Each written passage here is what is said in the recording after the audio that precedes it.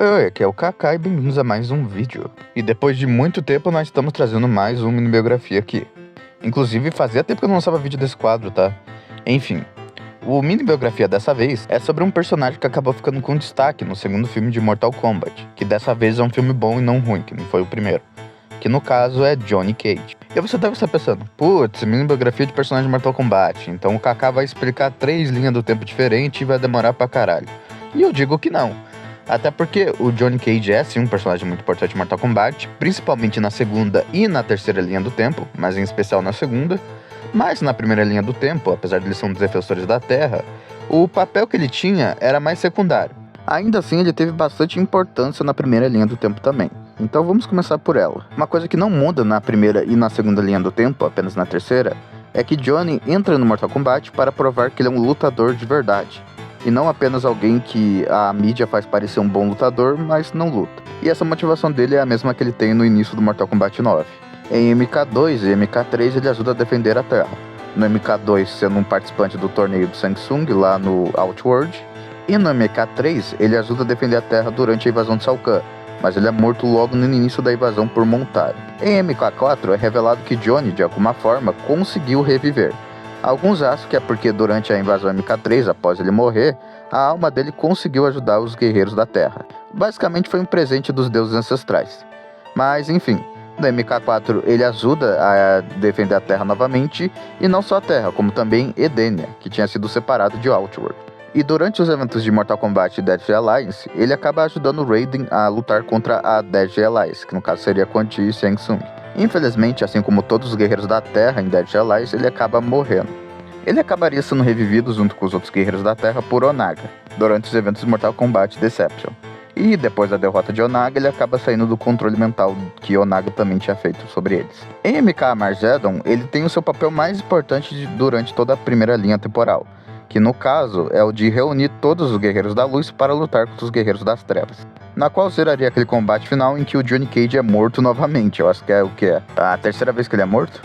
Enfim, de qualquer forma, a linha do tempo é resetada e na segunda linha do tempo o Johnny tem um papel bem mais importante que ele tinha na primeira linha do tempo. Enfim, os eventos de Mortal Kombat 9 acontecem e no começo eles são bem parecidos com os eventos do MK1 e MK2, até que chegando no MK3, em que a maioria dos guerreiros da Terra são mortos novamente, Johnny Cage e Sonya Blade sobrevivem.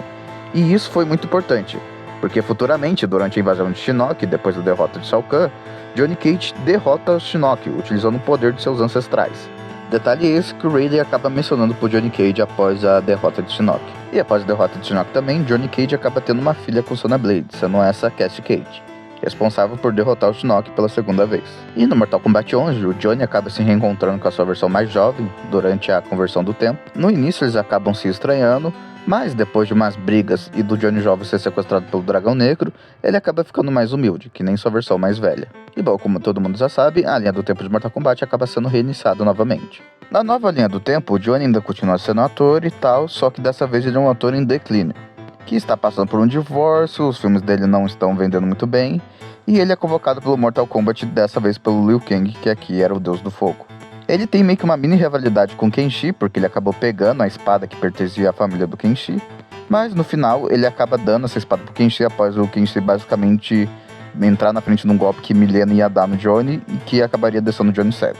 E aqui quem ficou cego foi o Kenshi, como é padrão em toda a linha do tempo. No final, depois que Shang Tsung alternativo é derrotado, o Johnny acaba virando mega amigo de Kung Lao, Kenshin e Raiden também. Aí ele também começa a fazer filmes de sucesso baseado totalmente nas vivências que ele teve durante o Mortal Kombat. Falando um pouco sobre a personalidade de Johnny, Johnny é alguém fanfarrão, sempre piadista, e dá pra dizer que ele seria o Homem-Aranha /Flash /Deadpool do universo Mortal Kombat, por conta de suas zoeiras e referências a filmes. E apesar de ele ser bastante arrogante, principalmente no começo de carreira, ele nunca foi uma pessoa ruim.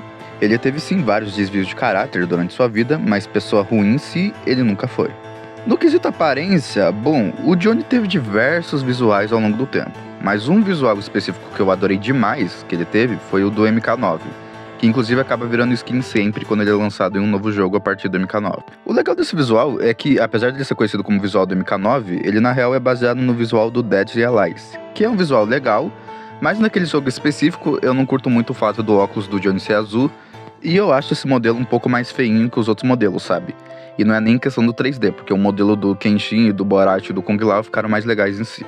Mas o do Johnny eu acho meio esquisitinho. Por isso que no MK9 eu acho que eles melhoraram esse visual.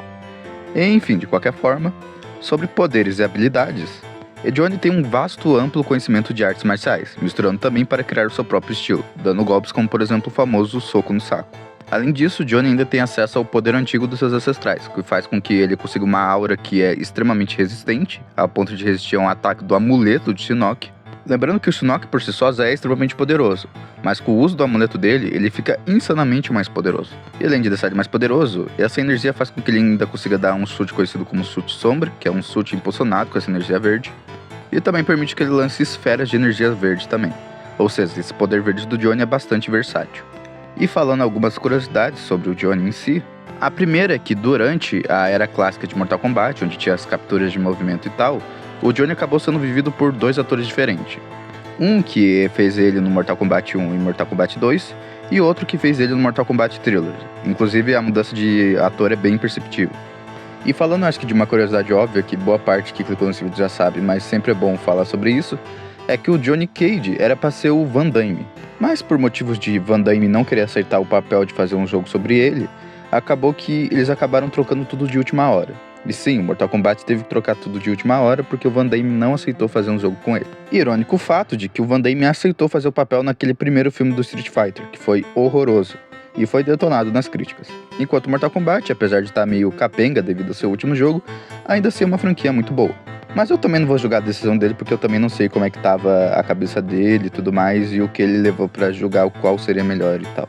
Enfim, Johnny Cage é o meu personagem favorito de todo Mortal Kombat, e sem dúvidas um dos personagens que eu mais amei ter trazido aqui nesse mini biografia. E bom gente, esse foi o vídeo, eu espero que vocês tenham gostado. Se gostou já sabe, né? Deixa um like, considere se inscrever aqui no canal, compartilhe o vídeo para ele chegar em mais pessoas, e se quiser ajudar o canal financeiramente, eu vou deixar o link do LivePix no comentário fixado. E se quiser entrar no nosso servidor do Discord, o link vai estar na descrição.